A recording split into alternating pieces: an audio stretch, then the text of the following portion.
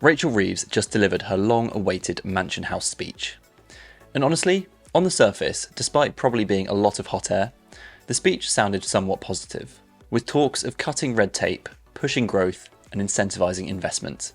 But one aspect in particular I think is a huge mistake is the housing reform. I believe the UK housing market is in a very bad way, and these new changes will only make things worse, by either propping up an overinflated housing market for a harder fall, or initiating a painful correction that could cause financial ruin for those it's designed to help. Now, before we dive into it, this video is intended for information and entertainment purposes only. It should not be considered financial advice. Any reference to financial products, investments, or services are general opinions and are not tailored to your personal circumstances. When investing, your capital is at risk, and you may lose some or all of your investment. Past performance does not guarantee future results, so please always do your own research. But with all of that out the way, let's dive into it.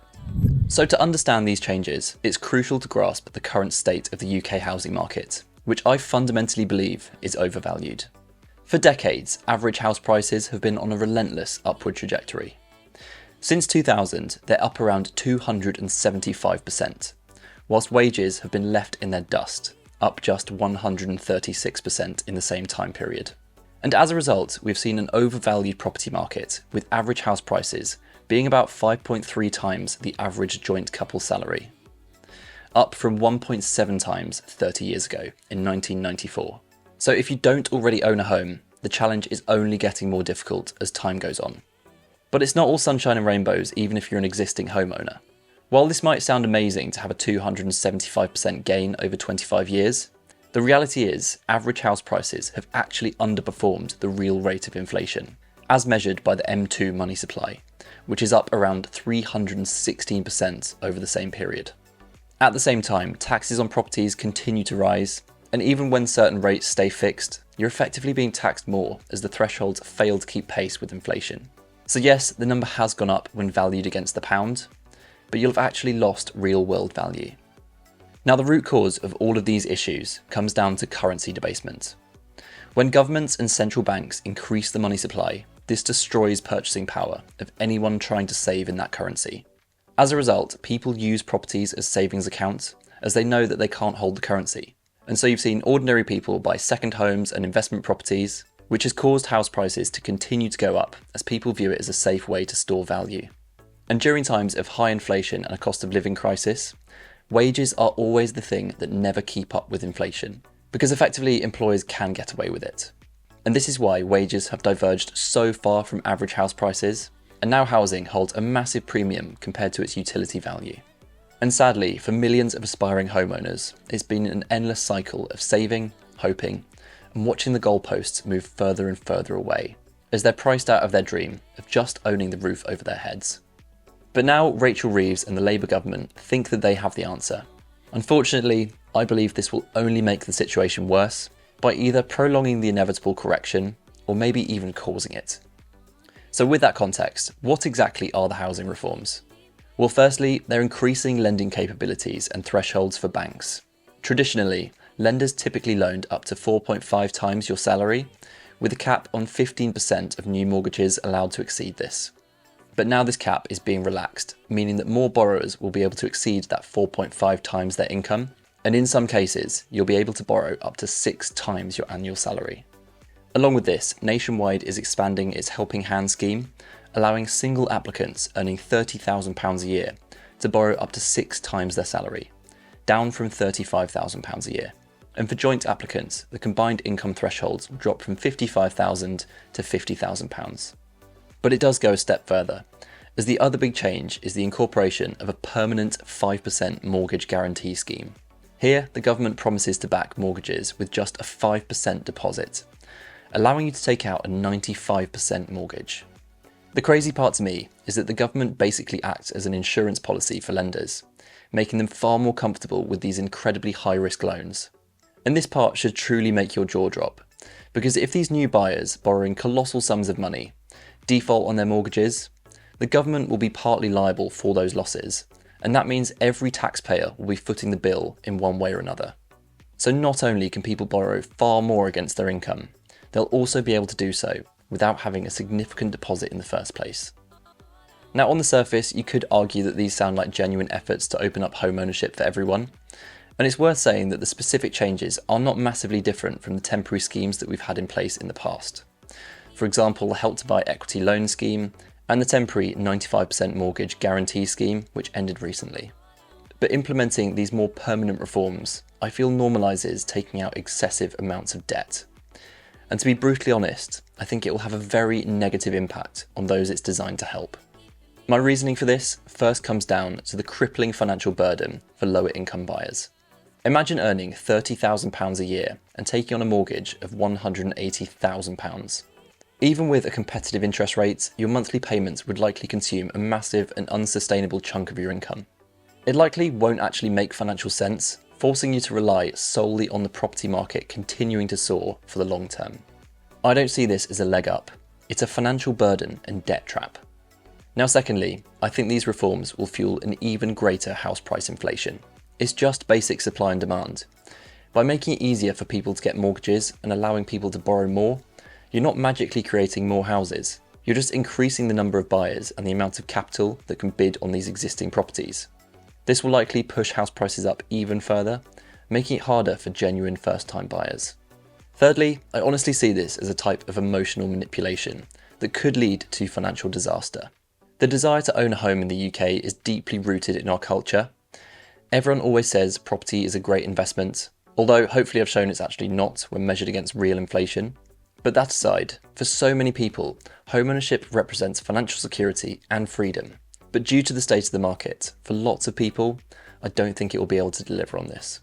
These schemes will lead to people being over-leveraged, vulnerable to economic shocks. And if the bubble bursts, and as history shows, all bubbles burst to some degree, they could be trapped in negative equity, their dreams shattered, and their financial future in ruins. Now, my final issue with all of these reforms is that ultimately all of this intervention is hugely inflationary and damaging both to first-time buyers and everyone else in the UK. Government-backed mortgage schemes reduce risk for lenders, encouraging more lending and injecting more currency into the system. And this will trickle down into everything. So that's number one. Then, if individuals default on these insane mortgages, the government backstop will effectively cover the shortfall. And where do you think that money is going to come from? It's not truly from sustainable tax revenue. It will be from borrowing and more likely money printing. This devalues the savings of every single person holding pounds, eroding their purchasing power.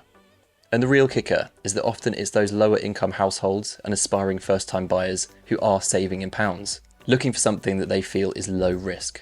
Because nominally, that number will never drop. Looking back through history and seeing new schemes like this come into fruition, to me it just becomes more and more obvious that every time the government intervenes, they actually just make things worse. Now, if I'm right about this, and history suggests that I could be, what happens if this artificially inflated bubble, pumped up by government guarantees and relaxed lending, finally pops? My rather cynical theory is that experienced property investors who have been looking to reduce their property portfolios due to being hit with continuous tax increases may see these buyers as perfect exit liquidity to get out of the market while it's still high. Who better to sell to than those desperate to get onto the property ladder, now armed with generous amounts of government guaranteed mortgages? But then if the market softens after this transfer, maybe when interest rates inevitably climb higher, these new buyers with colossal mortgages possibly fall into negative equity, can't keep up with their monthly mortgage repayments, and ultimately are forced to sell, not having enough of a financial buffer to be able to hold on. But then who steps in? Maybe it's the same big investors that sold, or maybe new corporate ones with deep pockets ready to scoop up these distressed properties at bargain prices. They will ultimately be the big winners from this reform. It's definitely not going to be working people and first-time buyers that the reforms are designed to help. It's a subtle and quite bleak transfer of wealth from the aspiring middle class and working classes to the already wealthy. But who knows what will really happen? It's impossible to predict and time. This is just my theory looking at the wider market conditions and how overvalued UK properties have become. Maybe I'm wrong and average house prices do continue to soar, but it's worth noting that for as long as we measure house prices in an inflating currency, nominally they'll never fall as much as you might think. Now, despite all of this, it's really not all doom and gloom. There are ways that you can protect yourself from being caught in this financial mess and work towards your goal of getting onto the property ladder but in a sustainable way. Firstly, you have to set aside the emotional desire to own a home and weigh up if renting is actually the better financial decision for you at this time that will allow you to save more. Typically, buying a home with anything less than a 20% deposit will actually work out more expensive each month than renting a similar property. Obviously, every case will be different, and you just have to look at it rationally for yourself. Now, the second and vitally important part is to make sure that you can save. Now, I'm not talking about keeping pounds in a bank earning interest. That will almost certainly keep you stuck, or even more likely, actually move you further away from your goal of owning a home, due to constant currency debasement causing inflation. What you need to do is get your savings to work extra hard by accumulating and investing in inflation-resistant assets. This could be stocks, gold, or my favourite, Bitcoin. The great thing is, all of these assets are accessible with smaller amounts of money and have proven to be resistant to inflation over the long term. Short term, they are volatile, so you will have to take a long-term view, and there will be a learning curve with each one to actually feel comfortable holding the asset. For example, Bitcoin is especially volatile, and 30% drops are not uncommon. But when you zoom out, over the last decade, it has been the best performing asset. And for me, because of its characteristics of being a fixed supply asset and its decentralization, it makes me incredibly comfortable holding this asset over the long term. And a 30% drop doesn't bother me whatsoever. Now, if you want to see my full breakdown of every investable asset class and how they stack up against each other, check out this video up here in the pop-out banner. But hopefully, after a year or two, or however long it takes, in time you should be able to outpace inflation and be able to build up a decent sized deposit so that when you do buy your first home, it will provide financial security and freedom rather than being a terrifying burden that has you waking up in the middle of the night in a sweat. But please try not to get swept up in the emotional rush to own a home at any costs. Understand the risks, protect your financial future, and make informed decisions that serve your long-term interests. But if you can take anything from this video, please just remember that if you're saving in a government-issued currency, they will never stop printing it and devaluing everything that you have. Now, what do you guys think of these reforms? Are you a first-time buyer considering one of these new schemes?